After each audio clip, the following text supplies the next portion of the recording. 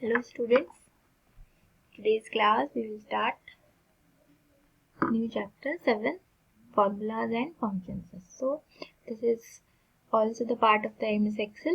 We are continuing with MS Excel. At chapter 5 and 6 also we have learned about Excel introduction and how can we enter data in Excel, how can we make tables, how can we apply some features. Now we will continue with MS Excel in formulas and functions. So we can do different calculations with different formula and function that Excel provides us. So open your book, page number 60. So how can we use formulas and functions in calculation? So one of the most important feature of Excel is its ability to perform calculations either using a formula or function. So in this chapter you will learn the basic of formulas and functions and how they can be used in different scenarios. So you can see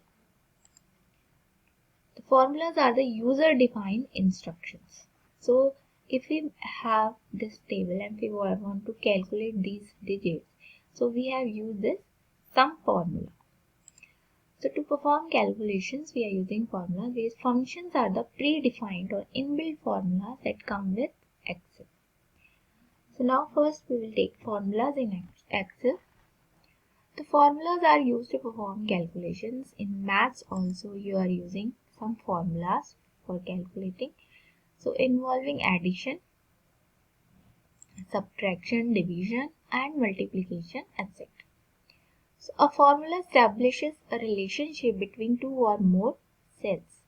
The formula is a expression that can include cell address, number, arithmetic operators and parentheses. So by using them you can perform simple as well as complex calculations also.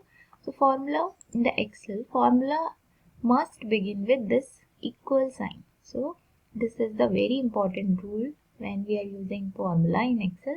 So first we have to start the formula with equal symbol and followed by cell reference and operators. After that we will write cell reference and different operators. So it may contain a few or all the mentioned elements. So what is reference? A cell or a range of cells that you want to include in your calculation. This is called reference. And then operators, symbols like plus, minus, multiply, caret, modular, dollar, hash sign. So that specify the calculation to be performed. So these all are called operators. Next, constants, number or text value that do not change while writing and performing a calculation with formula and function that called constants. Next, functions. So what are functions? Predefined formulas in Excel are called functions.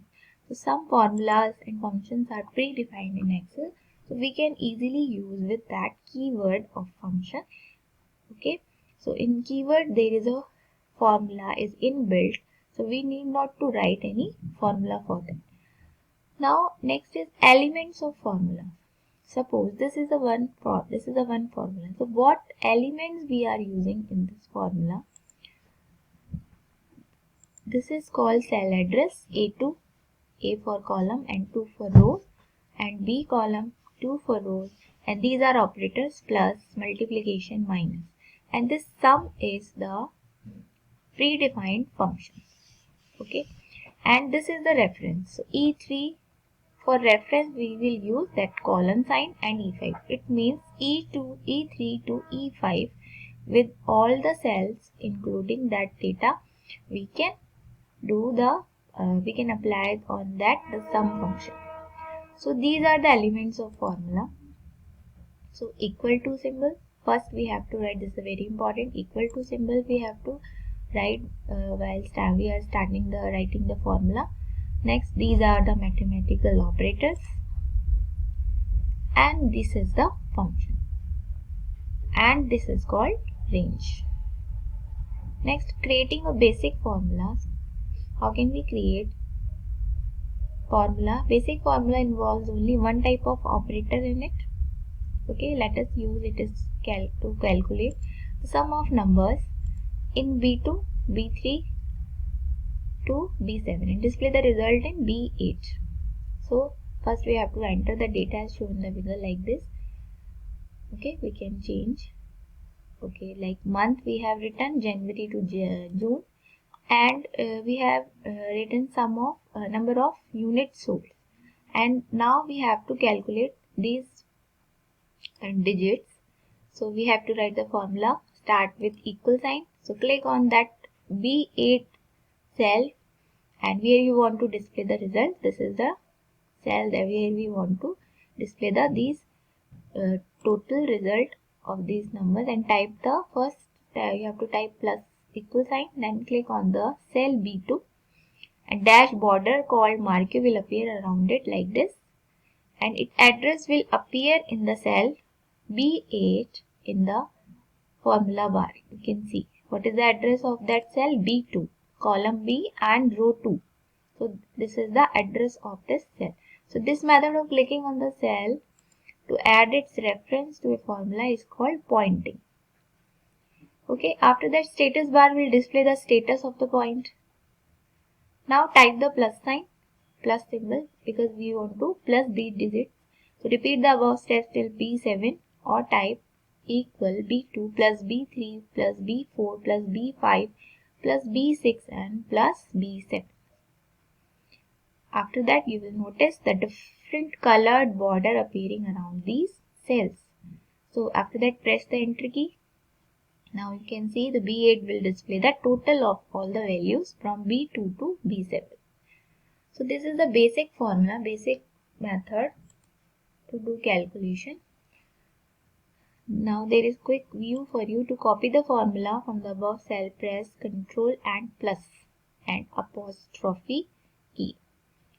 So we can copy that formula with this shortcut key, Ctrl plus apostrophe. Now next is using compound formula. So this is in the last we have done the simple formula, basic formula. Next is compound formula. So compound formulas are used when more than one operator is required to perform calculations. So let us use it to calculate the simple interest by using the formula. So what is the formula of simple interest? You have done in your maths class. Principal into rate into time and divided by 100. So this is the formula for calculating simple interest. Okay, so first we have to enter the principal and the annual interest rate. Then years we have to write, and compounding periods per year. After that we have to calculate this with this formula. So how can we do? The formula we can write like this. So enter the data as shown in the figure. Now follow the given steps. First you have to click on the B6 cell and type equal sign. Click on the cell B2, take the principal, B2 appears in the cell B6. Type the symbol multiplication and then click on the B3 cell. Again type the multiplication asterisk sign B6 and click on the cell B4 for time. Now type the symbol divide. For dividation we have written this forward slash sign in the Excel followed by 100 in the cell B6 and then press the enter key. So we have the B6 display the calculated simple interest.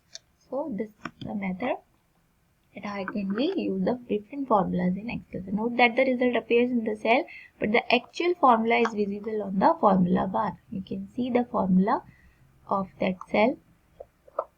To enter or modify a formula in a cell, you can also press F2 after selecting the cell, and any change that you want to make it, data will be reflected in the formula result. After that, using formulas on text. So these formula is for only the number. Now we can, in the Excel, we can use different formulas in text also. So you can perform addition on character and string data types also. So except for addition, other operators like subtraction, multiplication and division, etc. are not allowed on the string data type. So ampersand symbol is used to perform addition. So addition of two or more text value is called concatenation. Okay, let us understand this with the help of an example. First, you have to enter any string, type value in cell A1 and B1, say KIPS in A1 and India in B1. So enter the formula equal, then A1, then we have to write this ampersand sign after that and click on B1 cell. It will automatically take the address of this cell B1 and then cell C1 and press the enter key. So you can see it will display the KIPS India in the cell C1. So it is used for adding two strings together. Now you can add a space between the joint values by enclosing single space with quotation marks also. For example, in the above case, equal A1 and inverted comma we have written nothing. And after that ampersand sign and B1 will yield the result as KIPS India. So we can see we have leave one space between these two words. So we can also use this formula like this. Next is cell range. So what is cell range? The range is a group of contiguous cells which form the shape of a rectangle. It can be a group of two cells or big as an entire worksheet also. So you can specify range by writing the starting cell address followed by the ending cell address, both separated by a colon sign. So for example, C1 then colon sign C10 indicates a range starting from the cell C1 and ending with C10. So colon sign is representing the range. So click on the first cell in the range and while holding down the left mouse button, then drag it to the C7, B7. Okay, now click on the first cell, hold down the shift key while you are press the arrow key to extend this selection. So select the first cell in the range and then press the F8 to extend the selection by using the arrow keys also. So to stop extending the selection, press F8 again. So it will making the rectangle, it's called a range. So using a range in a formula, how can we use these range in a formula? First you have to type the data as shown in the figure. Click on the cell B8 and type the formula equal, then sum. Then after that we have to type this range. So B2 to B7 is the cell range. After that press the enter key. So you can see the total will be displayed in the cell B8.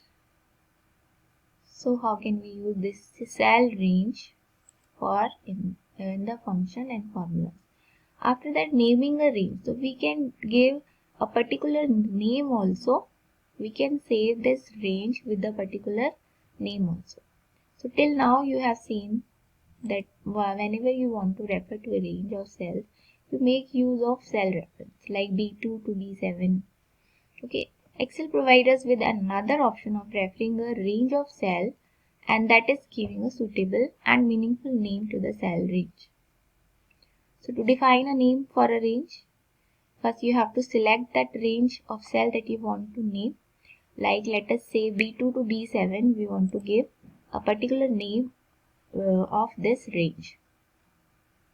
So on the formulas tab, in the define name group, click on the define name. Okay, new name dialog box will appear. In the name field, enter that name you want to specify for a range and say unit sold.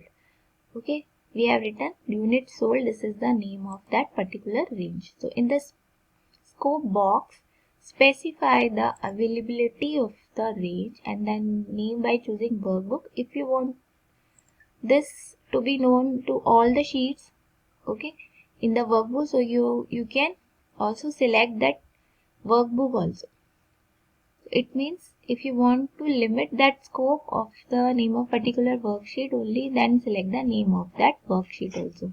So write some text in the comment section if you want to attach some comment with this name. So this is